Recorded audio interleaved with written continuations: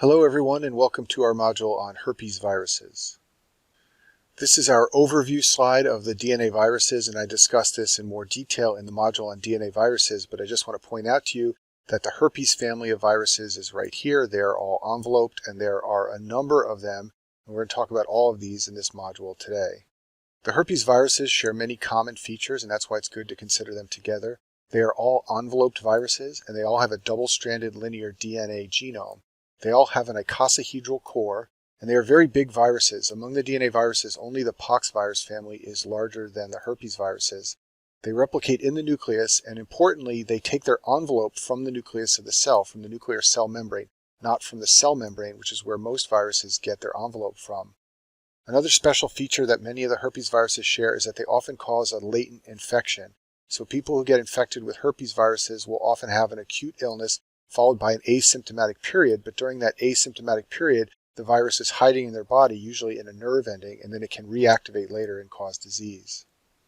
4 of the herpes viruses can lead to giant cell formation. These are herpes simplex virus 1 and 2, and varicella virus and cytomegalovirus. And this is a picture of multinucleated giant cells on the screen here. And one of the ways you can diagnose a herpes simplex infection is to take a scraping from a vesicle. We'll talk about this later.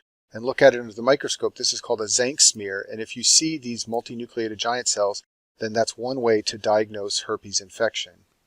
So there are many clinically important infections caused by herpes viruses. Oral and genital herpes are caused by the herpes simplex virus. Many of you have probably heard of the disease mono or mononucleosis. This is caused by a herpes virus called the Epstein-Barr virus. Chickenpox or shingles is caused by a herpes virus called varicella-zoster virus. There's an infection called roseola. Kaposi sarcoma, which are skin lesions, can be caused by herpes viruses. And finally, there are many infections caused by cytomegalovirus, and cytomegalovirus is a herpes virus. Let's start by talking about herpes simplex virus 1, herpes simplex virus 2, and varicella-zoster virus. These are all herpes viruses, and they cause very similar infections just in different portions of the body. So HSV1 causes oral herpes, and it causes a few other infections, which we'll talk about in a minute. HSV2 generally causes genital herpes. It can also cause neonatal herpes and meningitis. We'll talk about that in a minute. And then finally, varicella-zoster virus is what causes chickenpox or shingles. So as I said, these 3 viruses share many similarities. They all have a primary infection phase, then they all lay dormant in the nerve ganglia of some part of the body. They can all reactivate later, and they're all treated the same way, generally with the ovir drugs like acyclovir, valacyclovir, and famciclovir. So let's start by talking about herpes simplex virus 1. This virus favors the oral mucosa. It's transmitted from person to person in saliva, and many people who are exposed never develop symptoms. They remain asymptomatic, and we know this because many people have antibodies to HSV1, but they've never had symptoms of an infection. The common initial infection is called gingivostomatitis. This is a severe sore throat with painful vesicles on the throat and in the pharynx. I'll show you a picture of that in a minute. Now, once people are infected, even when the infection resolves, the virus usually lives in a latent state. It hides in nerve cell bodies in ganglion neurons, and it likes to hide especially in the trigeminal nerve ganglion. And you should remember this for step 1 because they like to ask you which nerve the virus is hiding in. Once the virus goes into the latent state, it can then sometimes reactivate later, and when it reactivates, the syndrome people get is called herpes labialis. This is a picture on the left side of the screen of a person with gingivostomatitis. You can see that the throat is red and that there are little vesicles on it. This person will be complaining of a sore throat. On the right side of the screen is someone with herpes labialis. It classically reactivates and causes vesicles at the edge of the lips. That's called the vermilion border. The lesions of herpes labialis are often called cold sores, and don't confuse these with canker sores, which are also called aphthous ulcers. So cold sores from herpes occur at the vermilion border, like in this picture down here at the edge of the lips. Canker sores occur inside the lips or on the buccal mucosa. They're usually not preceded by vesicles, and these are not infectious. Canker sores are an immune phenomenon. We don't really understand what triggers them, but people will sometimes get these sores on the inside of their mouth, and then they will go away after a few days or a few weeks. There are some other infections that herpes simplex virus 1 can cause. One is called a herpetic whitlow. This is when the virus gets inoculated into a break in the finger. It classically happens to healthcare professionals who are taking care of people who have herpetic lesions. It will result in a painful lesion at the fingertip. This is a picture of a herpetic whitlow lesion here on the screen. HSV1 can also cause keratoconjunctivitis, so this is infection of either the cornea or the conjunctiva. Patients will complain of pain and redness and discharge from the eye. And then finally, HSV1 can cause encephalitis, and it classically likes to infect the temporal lobes of the brain. Moving on, let's talk about herpes simplex virus 2. So in contrast to HSV1, which favored the oral mucosa, HSV2 favors the genital mucosa. This is a sexually transmitted infection, and often the initial infection is asymptomatic, so people's first experience of symptoms is often a reactivation syndrome. The classic symptoms of initial infection and reactivation are painful ulcers in the genital area. The initial infections are generally more severe. Those patients often have fever and lymphadenopathy. The reactivation symptoms are often less severe and consist mostly of ulcers. This virus likes to enter a latent phase and hide in the lumbosacral ganglia, so this is another high-yield fact to remember. This is where it hides between eruptions. The recurrent eruptions, as I said before, look like vesicles and ulcers in the genital area. Sometimes they can also be in the anus. And some people have frequent recurrences, so they will take suppressive therapy, for example, with acyclovir. So even though they're asymptomatic, they'll take acyclovir every day to decrease the likelihood that they'll have a flare-up. And HSV2 can also cause meningitis. So remember that HSV1 sometimes causes encephalitis of the temporal lobes. HSV2 sometimes causes meningitis. Both can cause central nervous system infections, but they are different infections. There is a congenital herpes infection that happens to newborn babies when they pass through the birth canal of infected mothers. If mothers are known to have active HSV lesions, they'll often deliver them by cesarean section to avoid exposure.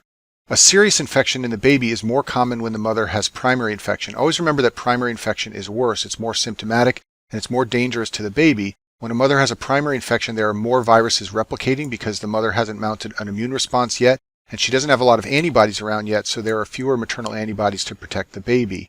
Babies can get vesicular lesions that look like typical herpes lesions, but instead of just occurring in the genitals, they can occur in the skin, in the eyes, and in the mouth. Sometimes this can progress to severe disease of the central nervous system, including encephalitis, and newborn babies won't have typical adult symptoms of encephalitis like confusion. They will have things like seizures and poor feeding. An important thing to remember about this congenital infection is that there are no congenital defects. Some of the worst features of congenital syphilis and rubella is that they leave children with permanent defects in their heart or in their limbs. That doesn't happen with herpes. The problem is really just the infection and that the baby can get very sick from exposure to the virus. Now let's talk about varicella-zoster virus. So varicella-zoster is a herpes virus that is spread through the air from infected persons. And a primary infection with varicella-zoster is called chickenpox. And nowadays most kids don't get chickenpox because there's a vaccine. But when I was a first grade student in elementary school, I got it and it spread through my school and lots of kids got it at the same time. It's highly contagious. It causes fever and a sore throat and then a diffuse vesicular rash. So there will be vesicles on the face and the trunk and the limbs. And it's very itchy. This is one of the worst parts of having chickenpox is the itch. Classically, there's a progression of the lesions. So they start as macules and then they become papules and then they mature into vesicles. And one of the classic ways to describe it, especially in a board question stem, is for the lesions to be at different stages in different parts of the body. So there'll be macules in some places and papules in others and vesicles in others. Eventually the lesions crust and then fall off. Rarely it can have serious complications. This is usually when adults get chickenpox. So if an adult's never been exposed or vaccinated and they get a primary infection as an adult, they're more likely to contract encephalitis from varicella-zoster or pneumonia from the virus. Just like many of the herpes viruses, varicella-zoster can enter a latent phase and lie dormant for a long period of time, up to many years. When you get a reactivation illness of varicella-zoster, it's called a herpes-zoster infection. The virus likes to lay dormant in the dorsal root ganglia of the spinal cord, and it's high yield to remember that.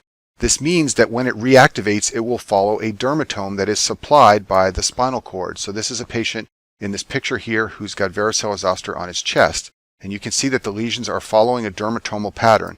Importantly, they don't cross the midline, and that's because on the other side of the midline, that area is supplied by a different dermatome and a different spinal root that is not infected by the virus.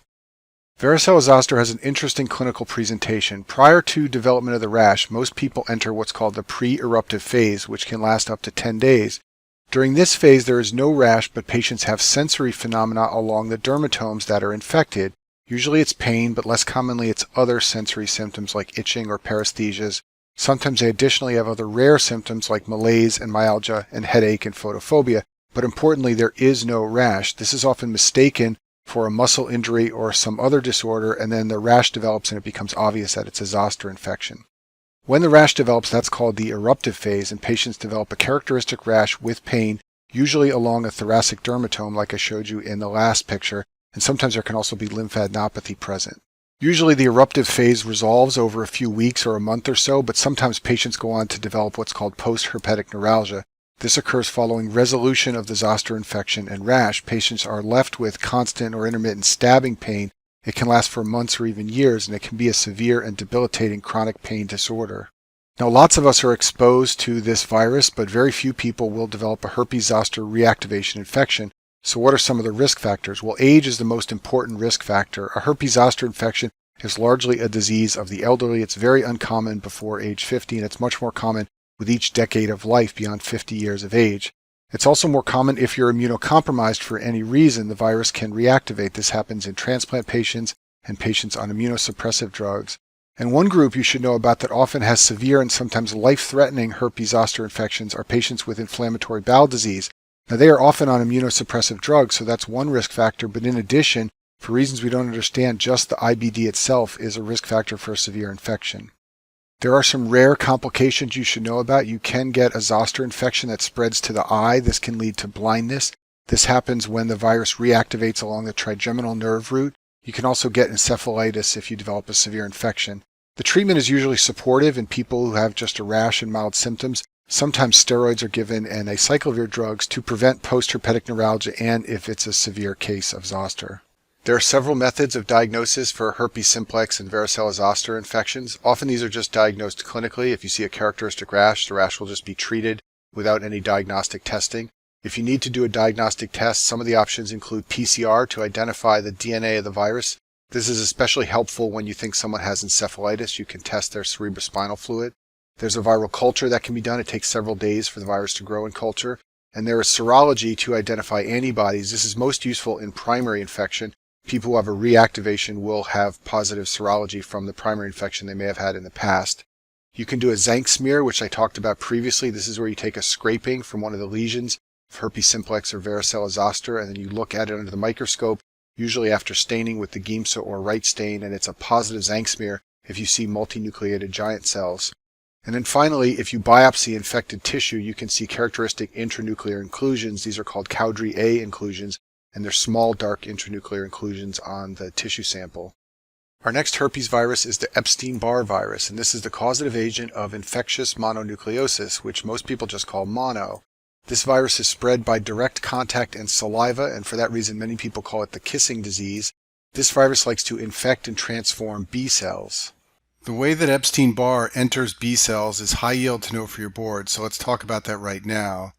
On the envelope of Epstein-Barr virus is a glycoprotein called GP350/220, and this glycoprotein can bind to the B cell receptor CD21, and that's how Epstein-Barr virus binds to B cells and then gains entry. CD21's normal function is as a receptor for the C3d fragment of complement. You may not be familiar with C3d because it's a minor complement component, but it's a breakdown product of C3. C3 can become C3b, which can then become C3d, and C3d normally binds to CD21. Besides being called CD21, this receptor goes by a number of different names. Some of them include the C3d receptor, the EBV receptor, or CR2. The classic presentation of infectious mononucleosis is a college-age student, about 15 to 20 years old. And this is part of why it's called the kissing disease, because college-age students will be kissing and they will spread the virus around the dorm. Patients will develop a fever, and then they'll get a large liver and a large spleen. And one of the dangerous consequences of this infection is to have splenic rupture. And people who have mono need to be careful if they want to engage in contact sports and other things where they could potentially rupture their spleen. These patients will have a sore throat. They classically get cervical lymphadenopathy in the posterior cervical region, and then they have atypical lymphocytes on their blood smear. These are T cells. We'll see a picture of these in a minute. There's no specific treatment for Epstein-Barr virus infections. Most symptoms resolve in a few weeks. One problem with this condition is the fatigue may last for several months, and so often college students can miss an entire semester of college because they caught mono. The hallmark of infectious mononucleosis is the atypical lymphocyte. This is a picture of one here on the screen. It's called atypical because it's larger than usual and it has a nucleus with dark nucleoli that you can see. The majority of these cells are CD8 positive T cells, and you can normally have a few atypical lymphocytes when you send a patient's blood to the lab, but in infectious mononucleosis they will get to be more than 10% of all lymphocytes. Often they'll get to be as high as 50 or 70% of all lymphocytes, and that's what's suggestive of the diagnosis of mono. There are a couple of ways to make the diagnosis of infectious mononucleosis. Sometimes it's done clinically. If a patient has classic symptoms and an atypical lymphocytosis, that can be enough to make the diagnosis. There's a quick test that you can often do in the office called a monospot test. This test looks for presence of heterophile antibodies. These are antibodies produced by the immune system in response to EBV infection, and these antibodies agglutinate sheep or horse red blood cells. There are simple lab kits you can use. You take a sample of the patient's blood, often just a finger stick, and there'll be a color change if the heterophile antibodies are in the plasma. This is a quick, highly specific test, but the problem is there are false negatives. And then there are EBV-specific antibodies that you can send a test to the lab for, and this is often done when the monospot is negative, but you still suspect an infection. A couple of Epstein-Barr virus extras. There is a phenomenon called the amoxicillin rash. Recall that patients with EBV infection and mononucleosis often have a sore throat. Sometimes they are administered amoxicillin thinking that they have a strep sore throat infection. When you do this, many patients will develop a diffuse maculopapular rash. The mechanism of this is not well understood, but this is a classic board question to describe a patient with a sore throat who gets amoxicillin and then gets a rash. What they actually have is an EBV infection and mononucleosis. Patients with EBV infection will have a false positive VDRL. The VDRL is a screening test for syphilis, and there are many false positives, and mono is one of them. Don't confuse this with a syphilis infection. And then finally, Epstein-Barr virus can sometimes become latent in B cells and reactivate later, and this often happens in patients who develop HIV/AIDS and become immunosuppressed. You should know that EBV infection is associated with many cancers. Some of the common ones include lymphomas, and this should make sense to you because you know Epstein-Barr virus can infect B cells, so it makes sense that it can transform those cells into malignancies. Some of these include Burkitt's lymphoma, which is a rare lymphoma that occurs in children in Africa, also Hodgkin's lymphoma and T-cell lymphoma. There's a rare tumor of epithelial cells called nasopharyngeal carcinoma that develops in the nose and pharynx, and in China and other areas in Asia, this has been associated with Epstein-Barr virus infections. There are several tumors that occur in patients with HIV that are associated with Epstein-Barr virus infection. It's believed that the immunosuppression of HIV allows these tumors to develop. These include non-Hodgkin's lymphoma and Burkitt's lymphoma and CNS lymphoma. And then finally, there's a rare condition called oral hairy leukoplakia. These are white plaques that occur on the tongue and they cannot be scraped off. And these classically occur in patients who have HIV and a very low CD4 count. These are often mistaken for thrush because thrush can also occur in HIV patients, and it occurs as white plaques in the mouth. But thrush is due to a Candida fungal infection, and thrush can be scraped off. This won't be able to be scraped off, and that's one of the ways you can tell that it may be this malignancy. Our next herpes virus is cytomegalovirus, and this is a ubiquitous virus that many of us are exposed to, but as we'll see in a minute, unless you're immunocompromised, it generally does not cause serious illness. It's spread in just about every way you can think of. There are reports of sexual transmission. It can be spread through direct contact with a family member or children at daycare. It can be spread by blood or tissue exposure, and it can also be spread perinatally, either in utero or during childbirth. There's a classic finding on biopsy of infected cells, and this is called the owl's eye nuclei. This is a picture of it up here. You can see that this cell right here has a dark nuclei that's enlarged. It's about half the size of the cell, and it's got white clearing around it. That's called a perinuclear halo, and this owl's eye nuclei is classic for cytomegalovirus infection. This virus can sometimes become dormant and lie latent inside of monocytes or marrow cells, and there are several unique drugs to treat cytomegalovirus infections. These include ganciclovir and foscarnet and cidofovir, and I talk about all of these in the module on antiviral drugs. So as I said before, this virus is mostly a problem for people who are immunocompromised. The one exception is that there is an entity called cytomegalovirus mononucleosis. This looks just like an EBV infection, but the blood test will be negative. The monospot will be negative, the EBV antibodies will be negative. This is a classic board question, and when you see this, you should think of cytomegalovirus. These patients are a little bit less sick than patients with EBV mononucleosis. These patients have less lymphadenopathy and less splenomegaly, but otherwise it generally looks exactly like infectious mononucleosis, except that the tests come back negative. Most of the problems that cytomegalovirus causes occur in people with HIV/AIDS or people who have had transplants and are on immunosuppressive drugs. Cytomegalovirus pneumonia is a major problem after lung transplantation. If you work in the field of lung transplantation and you have lung transplant patients on immunosuppressive drugs, you will have to deal with treatment and prevention of cytomegalovirus infections. CMV also classically causes retinitis in patients with very low CD4 counts who have HIV/AIDS. The CD4 count has to get to about 50 to 100 for this infection to occur. These patients will have retinal edema and necrosis, and they will complain of floaters and poor vision. And this is a picture of the fundoscopic exam of someone with CMV retinitis, and it's often described as looking like a pizza pie in the back of the eye. Women who get infected with cytomegalovirus during pregnancy can pass it on to the fetus, and CMV is one of the torch infections that are dangerous during pregnancy.